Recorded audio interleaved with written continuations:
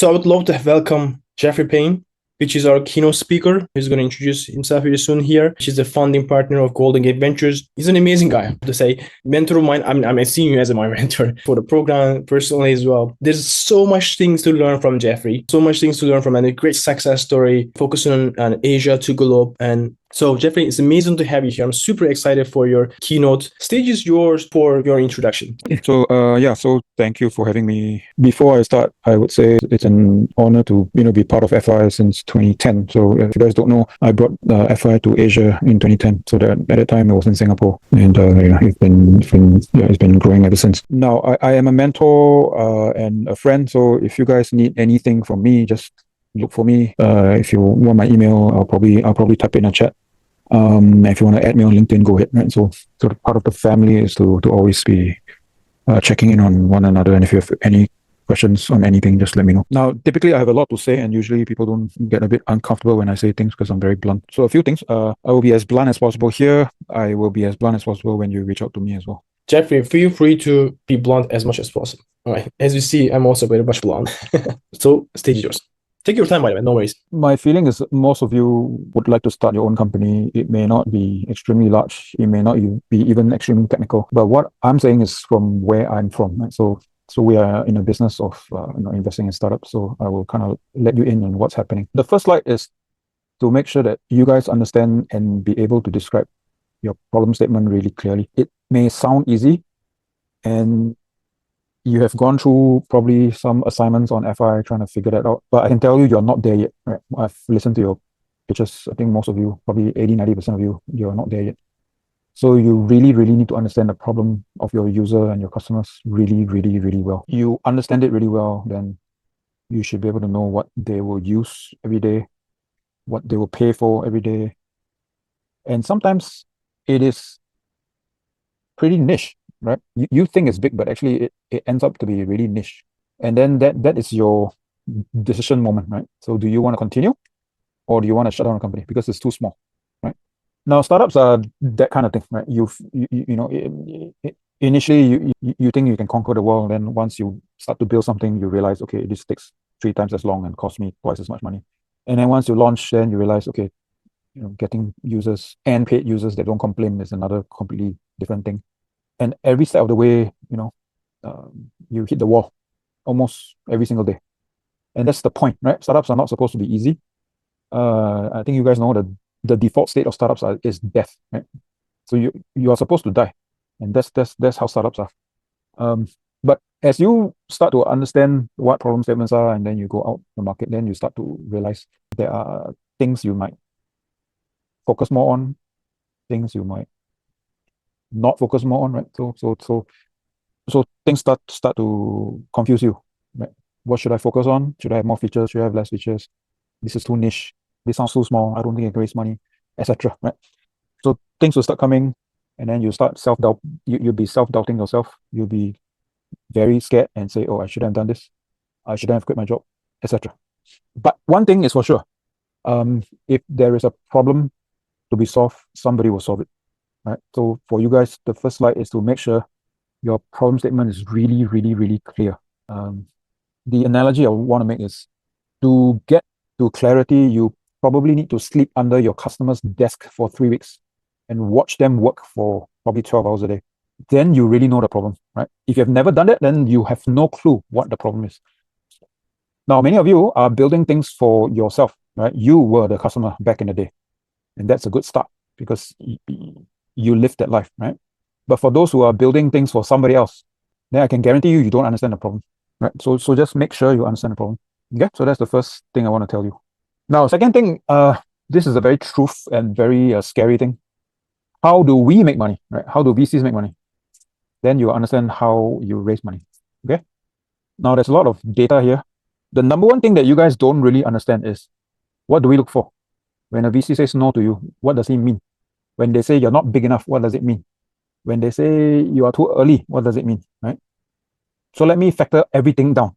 If you can hit $100 million in revenue, annual revenue, by year 8, right? So let's say you're launching this year and you're raising, I don't know, let's say 1 to 2 million, or you probably launched and you have some traction, and then now you're raising 1 to 3 million.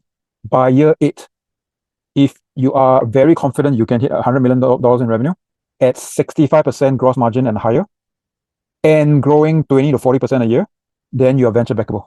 Okay. Now you may be scared out of your wits. That's the point, because 98% of you shouldn't be raising money anyway. And when I say 98% of you, it is not 98% of SMEs. No, 98% of software startup companies. They are not supposed to raise money. Okay. If I factor in every single company in the world, it's probably 99 point whatever percent, right? Which basically means most of you actually should just raise 2 small rounds from your friends and break even. That's what the data tells me, right? Now, as a founder, you always think you can raise money, right? Because that's psychology, right? That's what you're born with. Have you noticed that your friends who are founders, they love their stupid ideas? Have you noticed that? Because that's psychology. Okay, it's human biology. You are supposed to like your stupid shit. Okay, and that's fine, perfectly fine. Okay, and when somebody tells you your idea is stupid, then now you know why it's stupid, because Jeff told you so, right? It is biology. It's okay. Now, the math is brutal. The only place that is not brutal is the Bay Area, right? The Bay Area has a little bit more leeway because the power law distribution is way bigger and the density of investors are way higher, right? So for them to invest is slightly easier most of the time. But for countries outside of the Bay Area, I did not say US, 80% of venture value is from the Bay Area, 3 area codes. That's it. The rest of the world can go to shit. Nobody cares.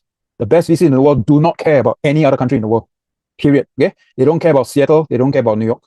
They only care about the Bay Area. And that's reality. So I don't care if you're not from that 3 area codes, you're in trouble already. From day one, you're in trouble, right? Because investors from your region don't understand what you do. Your region is not big enough generally, right? For example, the US is 7 times bigger than Europe. It's 30 to 40 times bigger than Southeast Asia, right? So why in the world would I invest in Southeast Asia? Doesn't make sense. Why in the world would I invest in anywhere? It doesn't make sense, right? In the US, there are $32.5 billion companies generated every single year. In Southeast Asia, there is 1 every 8 years. Understand?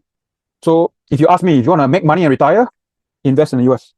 If you want to launch a company and retire, start the company in the US. This is just basic math. Okay?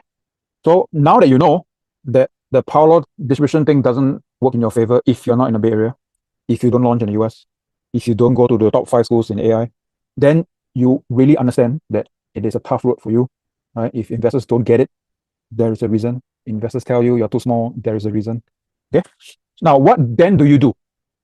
2 things. If you can hit the 100 million mark, you know there is a pathway there. Maybe it takes 12 years, maybe it takes 15 years. That's okay. Right? Just go for it.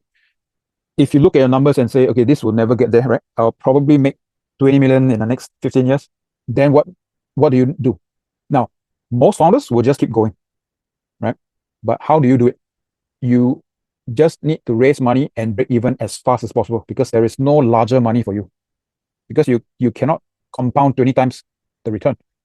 So raise 2 small rounds, break even, and then just execute, right? Now, the ambitious, crazy founders, they will actually shut down the company and they will do something else that is much bigger, right? In my entire lifetime, I've met 7 of them. 2 small, after a year and a half, they shut down and then they start again. Right? But in reality, most of you will never do that. Especially if you're from Asia, you will never do that. But that's okay, right? Again, you are building your company. You're not building my company, right? So it's up to you what you want to do. Okay. Now, finally, I don't know how many of you are doing AI. It sounds like some of you are doing AI, but I'm just telling you what I'm seeing. 70% of all deals at the moment is AI. Most money is in the Bay Area in AI. I don't think it will change for another couple years. Now, what I can safely tell you, if you do not sit in the Bay Area, or even specifically in San Francisco City, right? If you are operating from Palo Alto, you're already behind. If you're not in that time zone or that area code, you are 1 year behind by far. In fact, you're probably 18 months behind. So what do you need to do? I implore you, if you're highly technical, catch up on every knowledge gap that you have. Travel there as much as you can. Close the knowledge gap, right? The fact that you are already away, you are already 12 months behind. Try to close the knowledge gap. 2, if you're highly technical, which is what most AI founders are, right? The best AI founders, actually, very few of them are MBAs. Most of them are CS majors. Probably 25% is PhDs. Right? So if you're highly technical, challenge yourself to build something that is global from day one. Don't build something Japan #1. Nobody cares. I can tell you right now, nobody cares. So think bigger, and sometimes it may take you a while to think bigger. That's perfectly okay, right? Your first product may not make it, and then you found some niche, and then you say, oh, this niche is something I can do. I don't know how big this is, but I know I'm #1 in the world at doing this niche, and niche is perfectly fine. Okay, now there are many things that will happen. You will find a niche, you do it, and then it ends up being very small. That's okay, right? Along the way, somebody will tell you, I want to buy you for 20 million. Can you please sell it to me? You're not going to grow. You need me. Let me buy you. And then you're out. And then you live another day and start another company. Okay. So there is no such thing as everything I do, it needs to be $2 billion. No. You have seen many, many founders starting different kinds of companies. They start 7 different kinds of companies. Like you look at Adele, he started, I don't know, probably like 8 to 10 companies. And you just keep going, right? Now, these are for the highly technical people, right? Everybody else, you have to figure it out, right? If you're copycatting, be smart about it. Okay, find a co-founder who can do product really well. Outsource to an agency that can build product really well, and then find your niche. Understand, okay, I am only probably going to do 5 million revenue. I'm happy with that. Carry on. Okay, but you understand, if you are going to do 5 million revenue, no VC will invest in you. Period. Just understand that and move on with life. Okay? There are many kinds of money, many kinds, right? So you don't need to take my money. There are many kinds. Okay, so don't worry that much. Okay, so you do need to fill the knowledge gap, especially if you're in AI. There is nothing worse about founders thinking they are the best, but they are 18 months behind. And when you are not in the Bay Area, you will be meeting investors who do not know what they're doing, and then they'll invest in you. And then after 3 years, everybody goes to shit. Okay, please be as high level as possible, be as forward thinking as possible. Catch up with everything that you don't know. Okay, so that's my 3 slides. Now, if you want to pitch me, ask me questions, whatnot, just reach out to me. I am here. The current problem with startup ecosystems everywhere in the world, including the Bay Area. Actually, I've been praising the Bay Area a lot, right? But for those of you who are from there or go there a lot, you will also realize there are stupid ideas there too, right? Because most of them think they are the shit, correct? So if you met like serial Stanford guys who keep failing, they still think they are the shit, but their ideas are still crap. But the density is very high. That's the reason. The density of founders is very high. The density of people who have been in the industry that is forward thinking, where they have no knowledge gap, is very high, right? So when you see someone that raised 20 million off the bat, there's a reason for that. Okay. Now, what else is happening? Okay, London is fine, but not fine. German speaking is fine, but still not fine. Paris is okay, but Paris is Paris, right? But most of the biggest companies in Europe or even in Stockholm, they are all expanding. Some of them are retreating. They kind of like plant someone there, but the founders don't move, and then they kind of like make sure the headquarters are back home.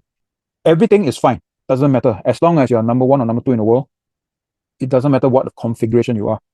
But what I found from my data science research is, if you're in highly regulated industries, you have to move to the US, right? The founding team have to go.